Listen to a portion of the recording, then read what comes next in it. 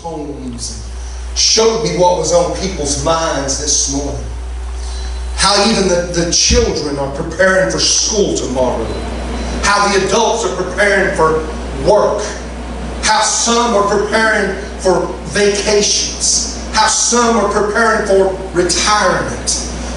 But how many of us are prepared for the day when when that last trump sounds and the dead in Christ rise, and we which are alive and remain shall be called up to meet Him in the air? How many's making preparations and are ready to go when that last trump sounds this morning? Let me tell you something. The title of today's message is The King is Coming. You ready or not? The King is coming.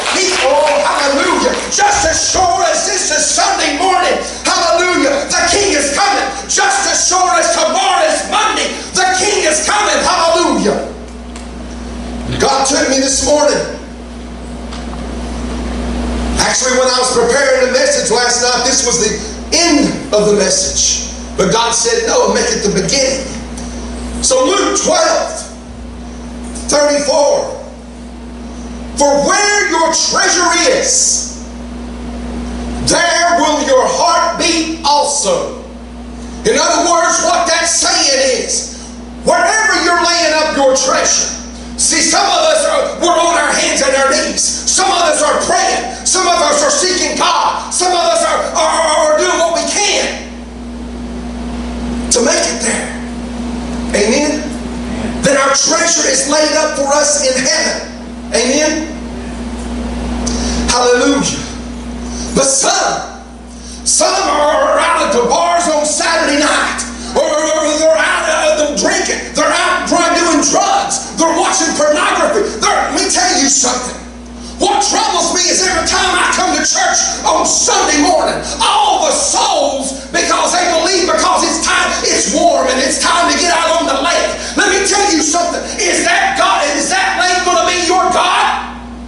So many people are making their boats and the lakes their God. Hallelujah. Where are they going to find themselves in the last day? Where are they going to find themselves on Judgment Day? Let me tell you something. Your boat ain't going to save you. The lake ain't going to save you. Yeah, there's going to be a lake, but it's going to be a lake that burneth with fire.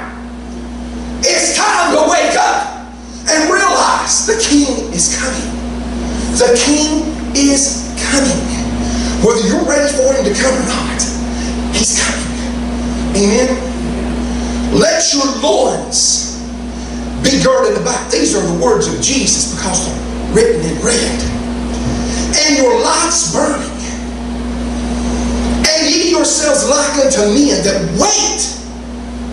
We're to be like unto men that are waiting for their Lord, when He will return from the wedding, that when He cometh and knocketh, they may open unto Him immediately. There's no delay. You're ready to go.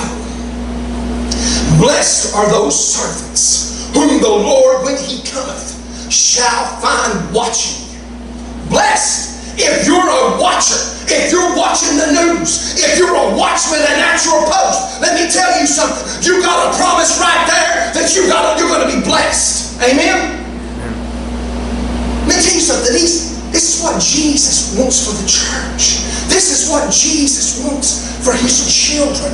We are to be watchmen, not just for ourselves, not just for our family. There's a lost and dying world out there. There's souls that unless they come to the knowledge of Jesus Christ, they are going to a devil's hell this morning.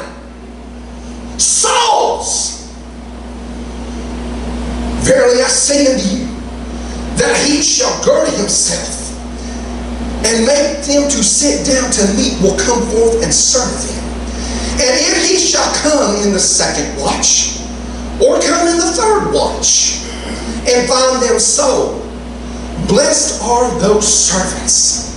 And this know, that if the goodman of the house had known what hour the thief would come, he would have watched, and not have suffered his house to be broken through. Be ye ready therefore. Be ye therefore ready also, For the Son of Man cometh at an hour when ye think not. Woo! Fill on the Holy Ghost. Be ready therefore, for the Son of Man cometh in an hour which when you think you know not. I want you to listen to that. We see this. We've heard sermons from this pulpit preached. We've heard sermons from other the prophecy ministers. We've heard sermons from other ministers. You can be seated if you want to, giving us signs and detailing that the Lord is coming. We've heard the message here a couple of weeks ago. What is that last warning that we're going to get before He does come? Amen? 1 Thessalonians says, this is Paul's letter to the church at Thessalonica. But I would not have you to be ignorant, brethren, concerning them which are asleep, that you sorrow not, even as others which had no hope. For if we believe that Jesus died and rose again, even so them also which sleep in Jesus will God bring with Him. For this we say unto you by the word of the Lord, that we which are alive and remain until the coming of the Lord shall not prevent them which are asleep. For the Lord Himself shall descend from heaven with a shout, with the voice of the archangel, and with the trump of God, and the dead in Christ shall rise first. And then we which are alive and remain shall be caught up together with them in the clouds to meet the Lord in the air, and so shall we ever be with the Lord. Amen. Hallelujah. The King is coming this morning. Ready or not, the King is coming. Do you know that these words that I just preached to you here, according to verse number 18, these are supposed to be words of comfort, brethren. Wherefore comfort one another with these words. That should be a comfort to everybody. The King is coming. The King is coming. The title of today's message is The King is Coming. This is your prophecy update, if you will, for the month of April. Luke 21:7. And they asked Him, saying, Master, when shall these things be? What sign will there be when these things shall come to pass? Jesus said, Take heed that you be not deceived. For many shall come in my name, saying, I am Christ. The time draweth near. Go ye not therefore after them. But when ye shall hear of wars and commotions, be not terrified. For these things must first come to pass. But the end is not by and by. We've seen wars. We've heard of wars. World War I, World War II, Vietnam, Korean, Gulf War. Then said He unto them, Nation shall rise against nation, and kingdom against kingdom. And great earthquakes shall be in divers places, and famines, and pestilences, and fearful sights, and great signs shall there be from heaven. That one verse right there, verse number 11, sounds like MSN page all week long this week. Anybody go to get on the internet, you got MSN? That's what we got at work. We got MSN. And I think that's what my computer, my laptop is at home.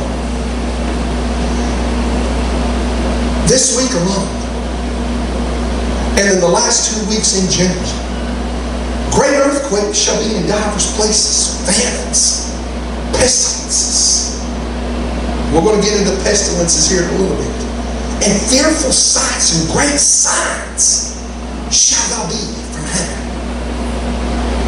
Joel 2:30 says, And I will show wonders in the heavens and in the earth, blood and fire and pillars of smoke. The sun shall be turned into darkness and the moon into the blood before the great and terrible day of the Lord come. Do you realize? Going back to great signs shall there be from heaven. Yes, before I even get into this, I know that there have been meteors all throughout time. But let me tell you something. We're seeing an increase of meteors coming from the sky. Do you realize that? NASA recorded a huge fireball exploded in the Earth's atmosphere in December 18th, 2018. According to NASA, the blast was the second largest of its kind in 30 years, and the biggest since the fireball over Chelyabinsk in Russia 6 years ago. But it went largely unnoticed until now because it blew up over the Bering Sea off Russia's Kamchatka Peninsula. Measuring several meters in size, the space rock exploded 25.6 meters above the Earth's surface with an impact energy of 173 kilotons. January 16th, a meteor was caught on camera in Ohio by a traffic cam and in Michigan by a dash cam. March 30th, and you can look these up. They're right there for anybody to see. March the 30th, 2019, a meteor was caught on a video camera from a car, also caught on a camera at Cape Canaveral in Florida, seen in Tallahassee and Clearwater. On April 17th, 2019, in Washington, D.C., a man reported a huge bright fireball with bright blue fire falling very close to Capitol Hill around 11:30 p.m. This, by the way, was the very same day the Mueller report came out. Very same day the Mueller report was released. There's things happening. God's trying to get our attention. Again, I go back to the message a couple of weeks ago. When is that last warning that we're going to receive? And yes, I've heard the skeptics. I've read skeptical reports. Yeah, but this has been happening all this time. Yeah, but do you not realize what your Bible said? Your Bible says that in the last days, right before the King comes, that there's going to be great signs and wonders in the heavens above. He's trying to tell us something. The King is coming. God am about to send my Son to rescue my people because I've had enough. Let me ask you something. Why do you think the rapture takes place? Thank you, Lord. And this is not even in the message. This is something God just gave me. And it's something that's being poured into me right now. Why do you think the rapture takes place? Because let me tell you something. God's got a cup of indignation. And every time that there's sin, that cup gets fuller and fuller and fuller.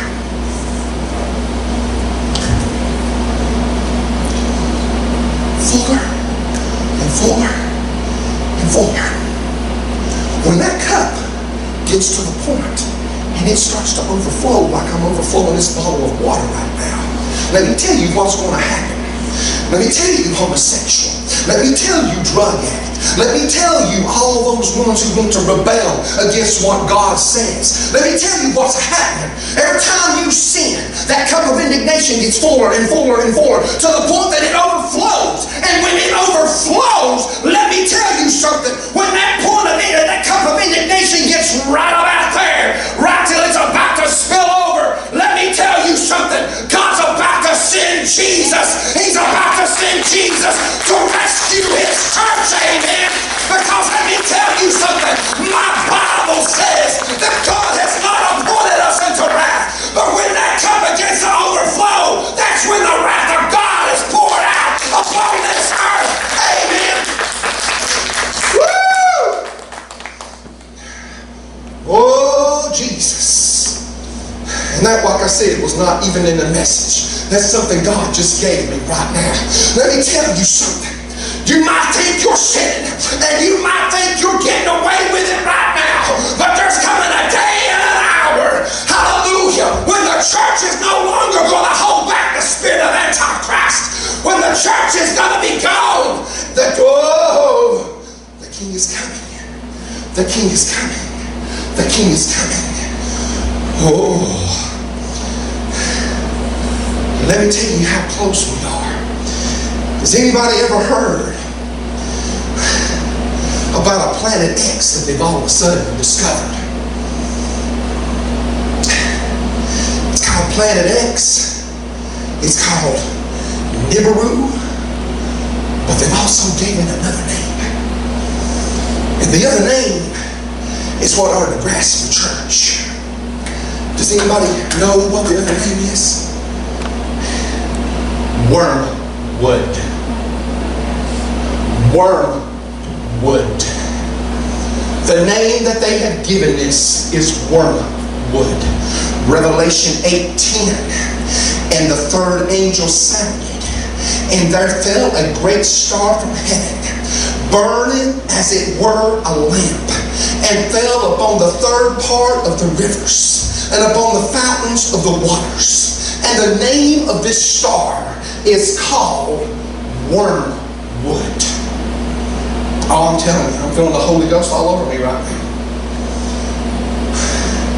And the third part of the waters became wormwood, and many men died of the waters because they were made bitter. That should get our attention. That should draw us. That should get our attention. Now you've got a planet that they're really not focused in on it just yet. NASA's looking for it from the observatory in Hawaii. Night after night after night. They suspect it's there.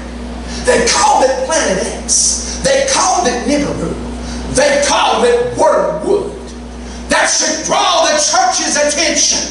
Oh, hallelujah. Those who know the Word of God and know what the book of Revelation says, let me tell you something. There's another warning sign that's being shot out. Are you going to adhere to the warnings of God? Are you going to adhere? Let me tell you something. The King is coming. The King is coming.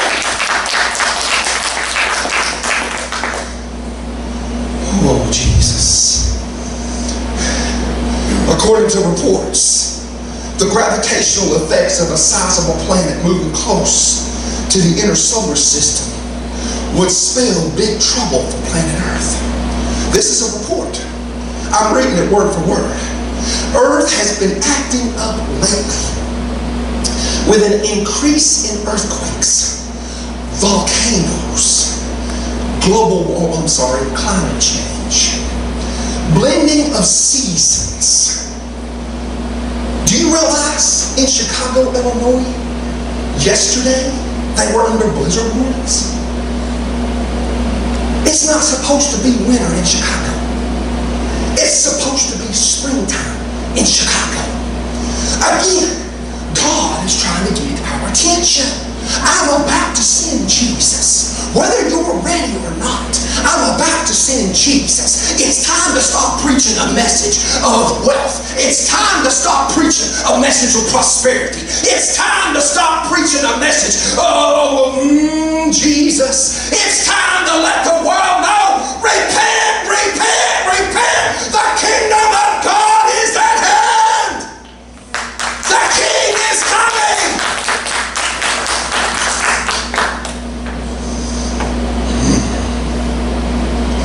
Jesus. Jesus. Let's give him praise this morning.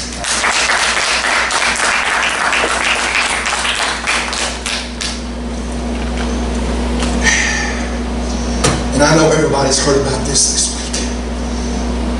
Remember? In 2000, go with me back to 2000. You remember how the World Health Organization declared that measles was no longer an issue, that it had been eliminated? What have you heard this week? According to CNN, measles cases in the United States have surpassed the highest number on record since the disease was declared eliminated nationwide in 2000. Overall, there have been 681 measles cases across 22 states this year, according to CNN's analysis of data from state and local health departments. Matthew 24:7. For nation shall rise against nation, kingdom against kingdom, and there shall be famines and pestilences. Luke 21:11. And great earthquakes in divers places, and famines and pestilences. Pestilence. Any sudden fatal epidemic is designated by this word, and in its biblical use, it generally indicates that there is a divine visitation. The word is most frequently used in the prophetic books. Pestilence is another word for a disease. We think of pestilence, we think of locusts. We think of bees, anything that's going to damage crops. But when you really get down to the Greek word, what pestilence means, it means diseases. It means viruses. Let me tell you something. Again, the Lord is trying to get our attention. He's trying to tell us, I'm getting ready to send my son. I'm getting ready to send my son. I'm showing you signs. I'm giving you signs in the heavens. I'll give you signs in the stars. I'll give you signs in the planets. I'll give you signs health-wise. And it also goes on to say, another one that I was reading about was Ebola.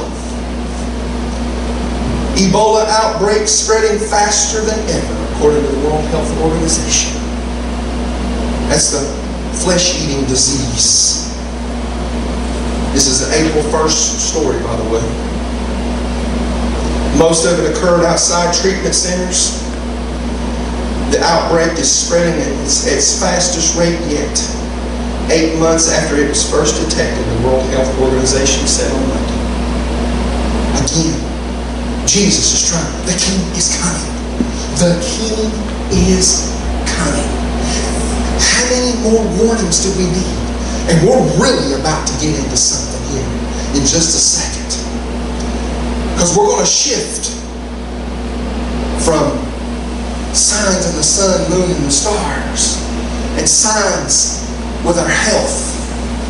We're going to shift things over to the nation of Israel. And I don't know if a lot of people know about what's happening over in Israel or not.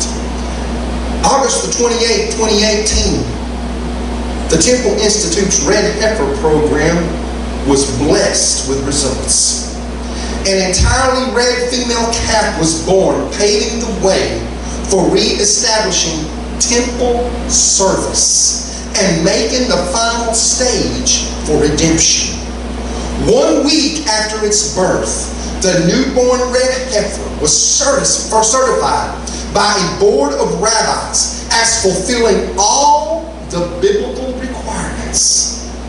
The rabbis emphasized that the heifer could at any time acquire a blemish. See, this red heifer, it can't have a spot. It can't have a blemish. What does that tell us? If this red heifer can't have a spot or a blemish, can we have a spot or a blemish? No. No. They will be inspecting the calf periodically to verify its condition. The red heifer was the main component in the biblically mandated process of ritual purification for impurity that results from proximity or contact with a dead body. Because the elements needed for the ceremony have been lacking since the destruction of the Second Temple, all Jews today are considered ritually impure, thereby preventing the return of temple service. April 16th. Let's jump from last year to this year. April 16th, the Sanhedrin declared that the red heifer is indeed ready. We're feeling the Holy Ghost right now. It is the one that will be sacrificed Its ashes will be used now in the purification process, and it can begin for preparation for the third temple. Oh, I'm telling you. Numbers 19 and 1. The laws for purification are found there. And the Lord spake unto Moses and to Aaron, saying, This is the ordinance of the law which the Lord hath commanded, saying, Speak unto the children of Israel that they bring thee a red heifer without spot, wherein there's no blemish, and upon which never came a yoke. And ye shall give her unto Eleazar the priest, that he may bring her forth without the camp. And one shall slay her before his face. And Eleazar the priest shall take of her blood with his finger, and sprinkle of her blood directly before the tabernacle of the congregation 7 times. And one shall burn the heifer in his sight. Her skin and her flesh and her blood with her dung shall he burn. And the priest shall take cedar wood and hyssop and scarlet, and cast it into the midst of the burning of the heifer. Are you catching what's getting ready to take place?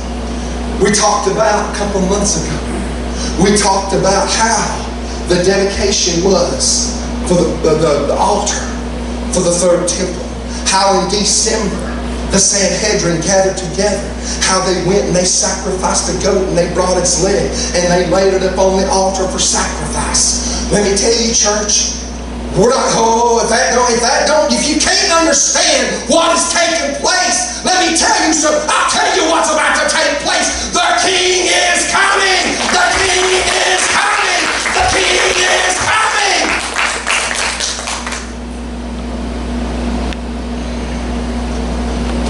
Now, more signs that the King is coming. Do you realize the Trump administration released an updated map of Israel? That this is going to be released in the peace process on the month of in June, right after Ramadan. This is the new map of Israel. I don't know if you can see it or not, but it clearly shows that the Golan Heights belongs to the nation of Israel. This is what Jared Kushner's been working on. This is what Jared Kushner and President Trump and Benjamin Netanyahu have been working on. The Trump administration releases updated map of Israel, which includes the Golan Heights. Unlike the Golan Heights, which U.S. President Donald Trump recognized as part of Israel last month, the West Bank still appears in the map as a separate territory. I don't know if you can see it or not, but there's a light gray area up there. Those are territories that are still to be negotiated when this Middle East peace process comes out in the month of June. Those are still areas that are going to be that can be negotiated on. In a tweet on his personal Twitter account, Trump wrote, "After 52 years, it is time for the United States to fully recognize Israel's sovereignty over the Golan Heights, which is of critical strategic and security importance to the state of Israel and regional stability." Kushner, Middle East peace plan to be unveiled after Ramadan. Right, here it is. There's your headlines right there. That's not just a preacher getting up here and saying something. Right here it is. Right here it is. New York. The White House is planning to release its long-awaited Middle East peace plan in the next few months. White House senior advisor Jared Kushner said Tuesday that it would be unveiled sometime after the Muslim holy month of Ramadan, which this year ends on June the 4th. Let me tell you something. The other significant part of this is, and this is something that the Lord just gave me, it's going to take place in June. What ends in the month of May? In the month of May, we talked about this a couple of weeks ago. Israel's 70th anniversary is over with in the month of May. Let me tell you something. We enter into the 71st year of Israel. What did we talk about? We talked about that as soon and very soon, Jesus has given us signs. Hallelujah. Jesus has given us signs. I'm coming. I'm coming. God is telling us, I'm getting ready to send Jesus. Amen.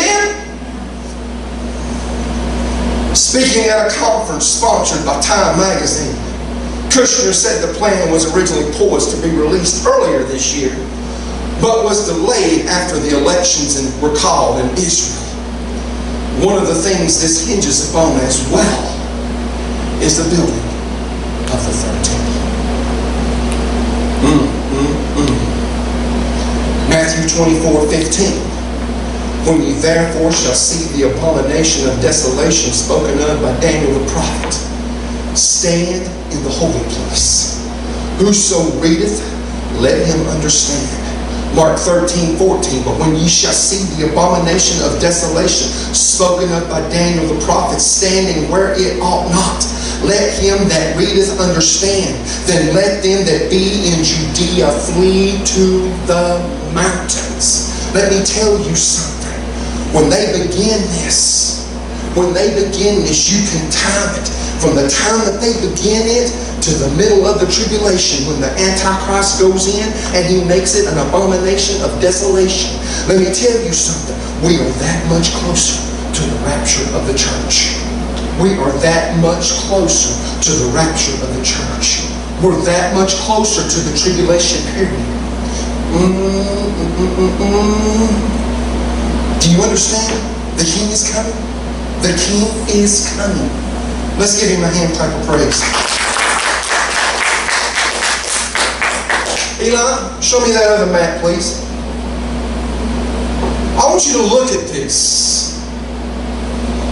1946.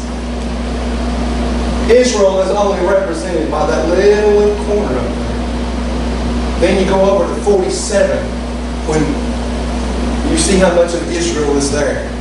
Then you go over to the War of 67. Now you go to present day. Look how Israel is being restored. Psalms 102:13. Thou shalt arise and have mercy upon Zion, for the time to favor her, yea, the set time is come. For thy servants take pleasure in her stones and favor the dust thereof. It's talking about archaeology. It's talking about how people like to go over to Israel and they like to dig and they like to see what they can get. Hallelujah. Psalms 102:15. So the heathen shall fear the name of the Lord, and all the kings of earth thy glory. Psalms 102:16.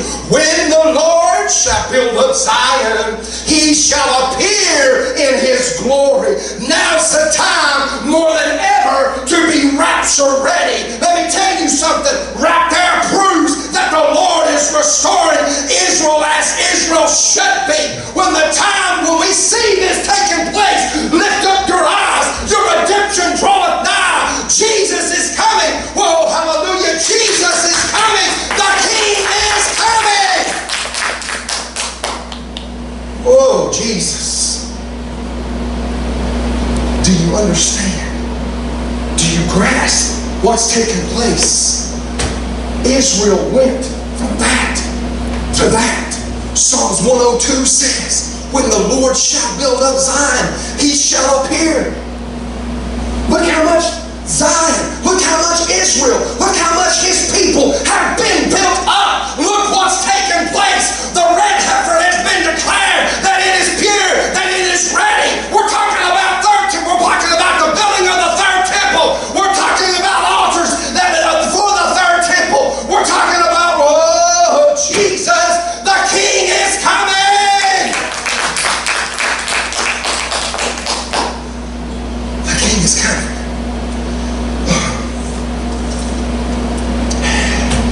Matthew 24:32. Now on the parable of the fig tree. How many knows that Israel is considered the fig tree? You understand that? Israel is considered a fig tree. When his branch is yet tender and putteth forth leaves, ye know that summer is nigh. So likewise, when ye shall see these things, know that it is near, it is even at the doors. Look at this. Israel is blooming. Israel is blooming. Israel is blooming. What's the words of Jesus? When it putteth forth leaves, know summer is nigh. So likewise, when ye shall see these things, know that it is near. These are the words of Jesus. These ain't the words of Pastor Greg. Know that it is near.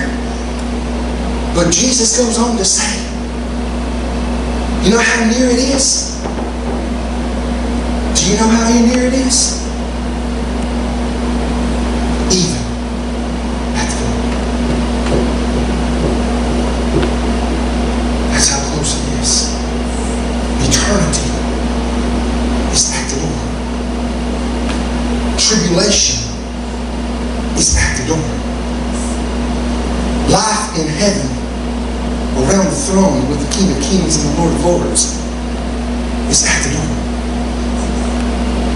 It's at the door. It's at the door. That's how close we are. That's how close.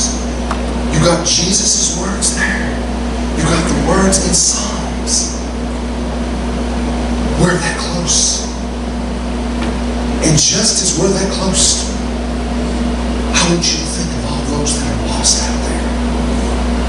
Close your eyes right now. It's time to get a burden for the lost.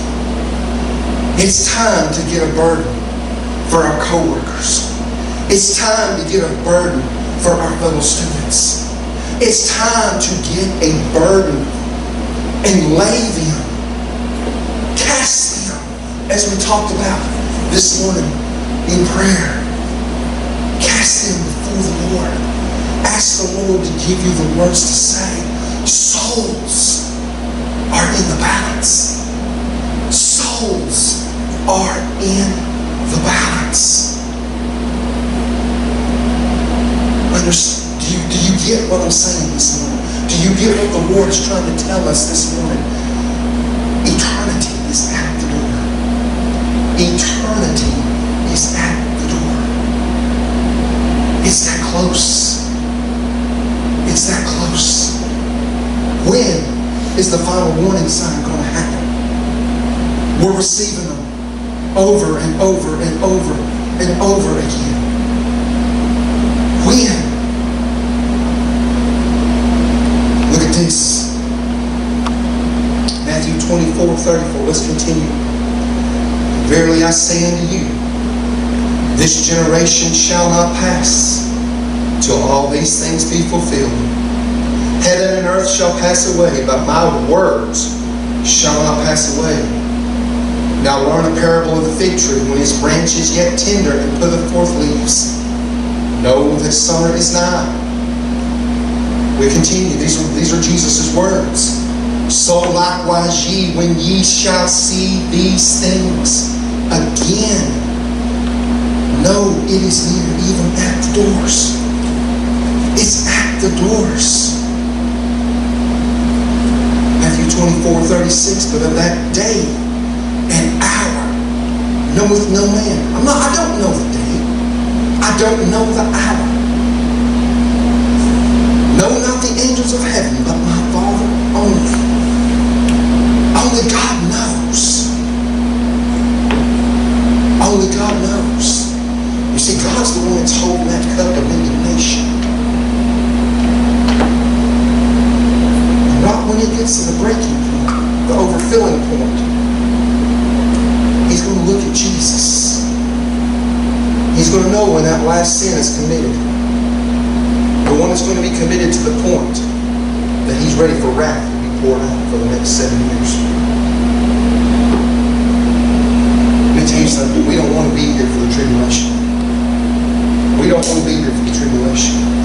Because as we also have learned in previous sermons, not only is God's wrath being poured out, Satan too is pouring out his wrath. You think you're going to make it through the tribulation period?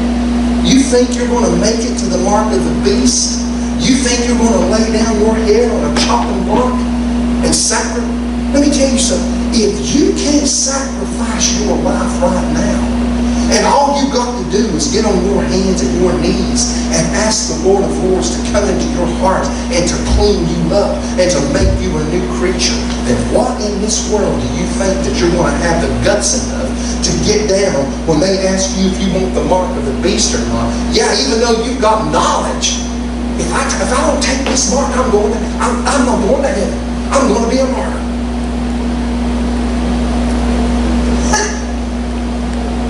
It's a fool that says that. If you think you've got courage enough to lay your head on a chopping block and have it cut off, first of all, know this, that once the church is gone, the spirit of Antichrist takes over. And the sin that you're in right now, let me tell you what's going to happen to the sin you're in right now. It's going to intensify. If you're driven by lust, that lust is going to intensify. If you're driven by drugs and alcohol and pornography, all it's going to do is intensify. All it's going to do is intensify. Because once the church has gone away, the thing that's holding back this Antichrist spirit from taking over, that's it. It takes over. It takes over. It's going to be like a mass epidemic of sin. A mass epidemic. We talk about epidemics of measles. We talk about epidemics of Ebola. We talk about these pestilences. Let me tell you something. When the church is gone, and those demons that's on chains right now, that can only do so much, are let go, you think you're going to make it through that? You're fooling yourself. You're fooling yourself. Today is the day of salvation. Today, not tomorrow. You may not have tomorrow. Today, stop playing church. Stop stop coming to church on Sunday morning being holier than thou and going out here and living like the world the rest of the week. Choose you this day. Choose you this day. Because before the end of this day's over with, Jesus may come back. God may have made a sign before the end of this service. While I'm standing here preaching before you, He made a sign. It's it. It's done. It's over. We may not make it home. We may just go in the rapture going down the road. It's that close. Is that not what Jesus said? When Jesus talked about Israel. And let me tell you something. Israel is the key. Israel is the key. Why is Israel the key? Because it started with Israel. Israel is God's chosen people. We as Gentiles were grafted in. So anything you want to know as far as the end time, as far as where we're at on an end time clock, look no further than Israel. Look no further than His people. They can go loose. Do you know what this also should tell us? That the hearts of the Jews is being turned back to the Lord. Do you realize that? That's how close we are. The hearts of His people are being turned back to Him. That's how close. Yeah, at the door. You got a door in front of you. The King is coming. The King is here right now. Every head, let's all stand. Every head bowed and every eye closed. Do you realize the King is here right now? The King is here right now. Just as He is at the door of eternity, He's here right now at the door of each and every person's heart. What did He say? Behold, I stand at the door and I knock. He will who's watching on Facebook, people who's watching on YouTube, He's standing at your heart's door right now, just as He's standing on the premises of eternity. He's also standing at your heart right now. Behold, I stand at the door and I knock. He's knocking. He's knocking. His will's not for you to go to hell. Hell was not created for you. Hell was created for the devil and his demons. But I got news for you. Just as the red heifer that we have spoken of here this morning can have no spot, no blemish, we too can have no spot. You got a spiritual garment.